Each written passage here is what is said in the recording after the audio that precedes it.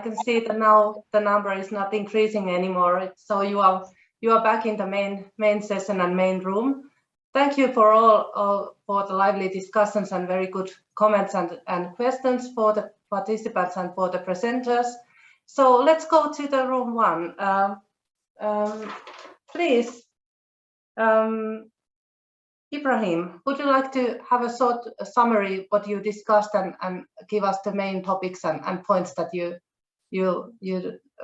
write down? Thank you, Mina. Our group was discussing the connections to EUP network, and there were a lot of technical issues we also discussed, but I will try to summarize what we have discussed. The first thing we discussed was, there was a lot of work, contributed to the dashboard and EVP, but there are also that third-party providers that also in the scene, and how are we going to, integrate them in these processes. There was also a discussion on IDP. We discussed that it's not only one system, but many systems. And so many systems, meaning as during our first meeting today, we have seen that there were 4 types of possibilities, like EduGain or Google Gain. So these are possible. And it depends totally on the institution, how the institution manages its own system. We usually discuss, of course, the third-party providers and how the European Commission is communicating with the contractor, meaning EUP and other members of the contract. So we heard that we've been told that they've been communicating with the EUP and the contractor every month, and in fact this is a regular meeting, but at the same time they continue their day-to-day communications with the contractor. And we had some questions about the readiness level of EVP via APIs. Of course, there are APIs already in functioning and in use, but when the all readiness level of EVP, it totally depends on the timeline of API, so specific API, and depends on when it's ready. And the idea of ESC is also been discussed, and so this ESC is based on mobility. So if a student changes the institution, then ESC changes, and there's a possibility that there could be multiple ESCs depending on the student's institution. Then some of our partners discussed about obtaining a third-party provider solution, because dashboard is particularly designed for not for the big institutions having a lot of mobilities, a lot of programs. So we discussed how can we do that through a public tender or direct contract. So we discussed, and of course the solutions are depending on the institution, not a single solution is possible. And so we also seen that, like in countries like Portugal and Croatia, public tenders could be could bring some problems in terms of giving this to third party provider. And then we discussed the switching of APIs from one platform to the other, And we've seen that there's also a problem of loss of data when we are switching the API from one platform to the other. And the European Commission is aware of this problem, and they've been discussing this problem with the contractor. And so the problem is on table, so they're aware of that problem. This takes a lot of time, but we've been told that this is a process. This is it's like when we're changing from the writing letters to writing emails. This is a procedure. This is a process. So it will take time, and we'll adjust. So that's what I will tell as a summary. And I think Alexandra will add to the discussion. Yes, maybe just to correct, not to correct, but to fine tune one thing, the loss of data you refer to, it was a question brought up by a colleague, Renata from Croatia, where their institution is using SOP, if I'm not mistaken, as a provider, but they also use a dashboard to exchange IAA. So eventually, of course, they will need to move also the IAA exchange towards a third-party provider. And she mentioned that there is a concern that the data that is now on the dashboard will be then, move on, sorry. So that this, that the data would be lost because when we move it from one system to another.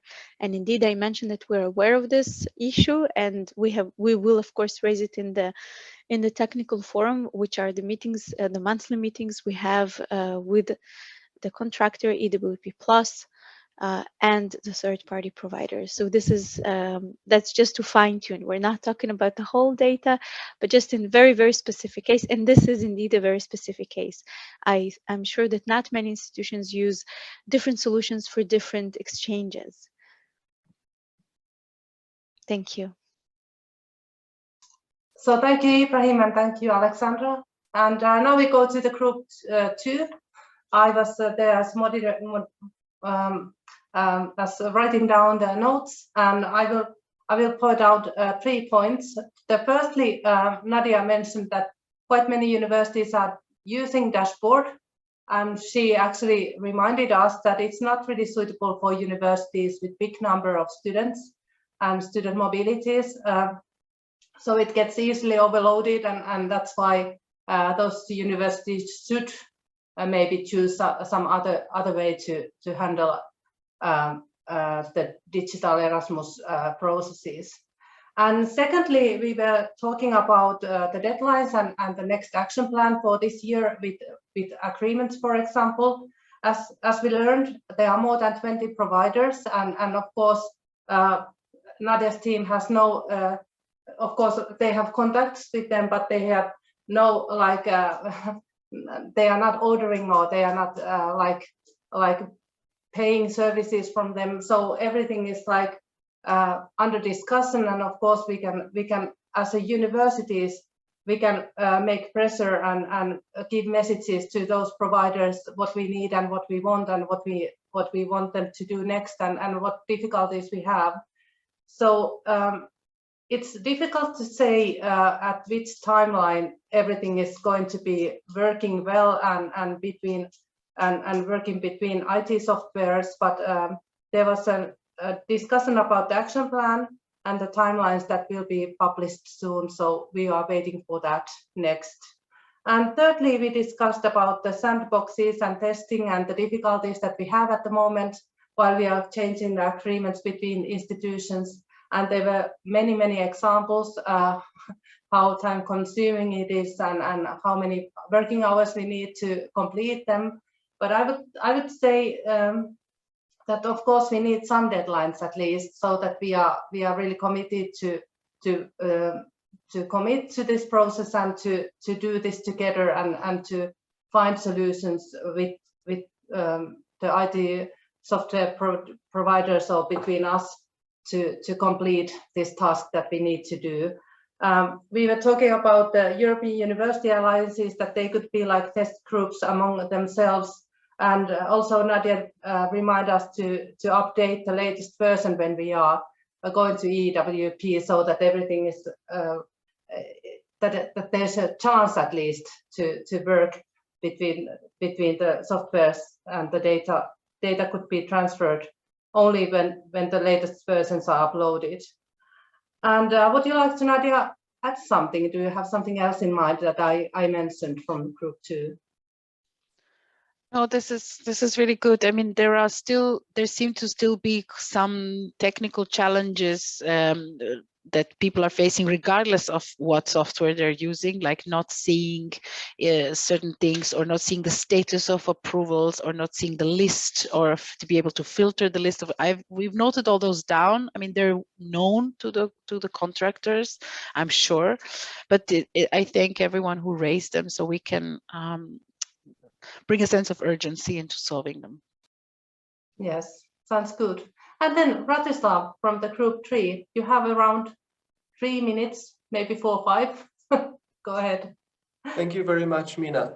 Well, in our case, it was a question of really finding the boundaries between the EWP and the European Student Card and the European Student Identifier, because we talked about how partially this initiative is overshadowed by the EVP, that at the universities is constantly talking about this issue, but not usually talking about the ESI and also the European Student Card.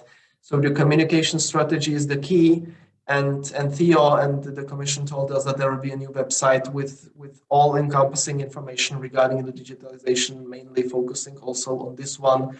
So we determined that we are very much looking forward to that because it will help us to communicate with our IT guys and also with our faculties and everybody about the proper deadlines and the proper initiatives that will be a part of the whole SC and the whole, of course, European Student Card initiative, that it's not all about the EVP, but it's also about this one. So the student identification, we talked about how it comes together quite oftenly, even when talking about virtual mobility and trying to verify the identity of your incoming students from a different organization/institution in order to be sure that you know who is coming to your classes and everything. So even in the EVP, this will be very much important to have.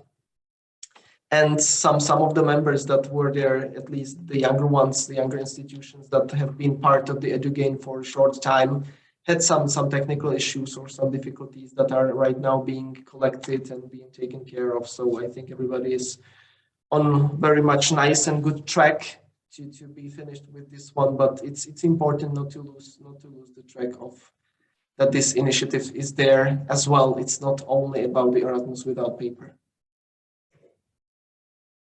So I think that will be it for the group 3 regarding the main points. Thank you. Okay, thank you, Bratislav. Would you like to add something from your point of view? I think it was a really good summary. Indeed, I confirmed this information about this informational portal that we will implement hopefully in the next few months on the digitalization initiative. And I put it in the chat, and it was in my presentation as well, but for any question on the European Student Card that you might already have, we have a help desk that's already available. It's an email address. I can copy it again in the chat, but I think it's been put in the general chat already. And it's under the responsibility of our contractor, Entity Data, but it's already active and available if you have any question. Okay, thank you, Théo.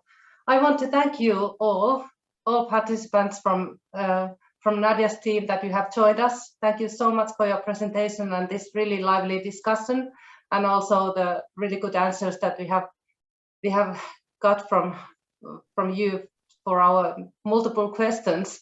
And at this point, I want to thank all the participants for joining us today, and to remind you to register to our next meeting that will be held in Brussels in May. And I'm happy to announce also that we are inviting you to give presentations and join to the sessions as well as persons to bring your experiences from your university and to join to create the program with us, so that you are the most welcome to register to the meeting, but also to be a volunteer, to be a part of organizing the sessions that we are holding. So I want to summarize this meeting that we have had today, that I'm really happy that we have made contacts between us, and also in our group in session in group 2 we found faces that could cooperate together. So I think that's very valuable every time we meet. And I hope that while you are testing and while you are developing your processes and your softwares, you remember to celebrate every step that you succeed. That's at least something that we have done in Helsinki. We have shared the joy that we have managed to overcome some struggles and some problems that we have had in this testing phase. And I wish you will all have a very good Monday and rest of the week, and hope to see you next time as well. Take care. Stay safe. Bye. Bye. Thank you for organizing. Thanks to all. Thank you very much. Thank you. Thank you. Bye bye. Thank you. Thanks everybody. Bye bye. Thank you. Bye-bye.